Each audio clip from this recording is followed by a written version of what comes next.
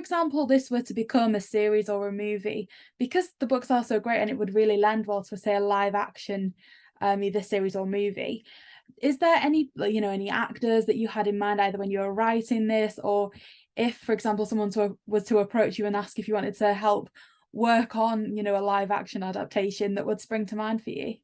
Yes. Oh goodness. There are a couple of people that spring to mind immediately. For Velma, I could see Xochitl Gomez, who played the first season of Babysitter's Club as Dawn and now is in the Marvel universe.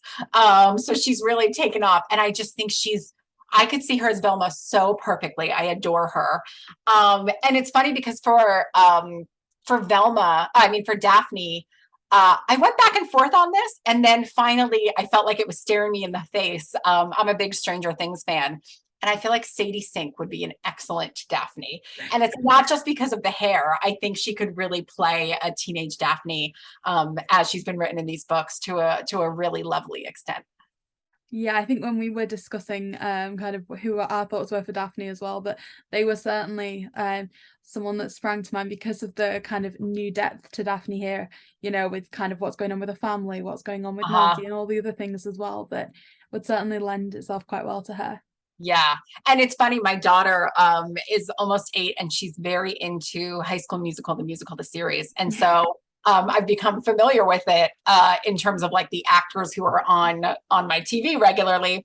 And the other day I was walking by as she was watching, and Joshua Bassett was on screen.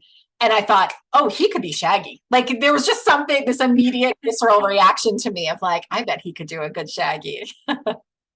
I think certainly it'd have to be, I don't know, I feel like actors that, like you say, perhaps really can push these new adaptations that do have more depth to them. So, it would be, a gang like we've never seen them before. And to that end, is there anyone else as well, perhaps say for Fred's character? Because I feel like that one is someone that we've really just started to learn about in the new book and where they can go.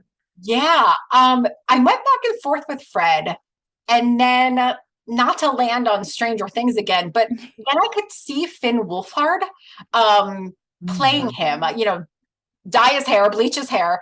But he's got the depth, I think, to be both that, those sort of dualities of Fred, the like very surface level, popular, easygoing guy, but then could dive into someone a little more emotional and a little more secretive. Oh yeah, that makes a lot of sense. And of course, he's got the kind of It as well. He's been in It, Yeah.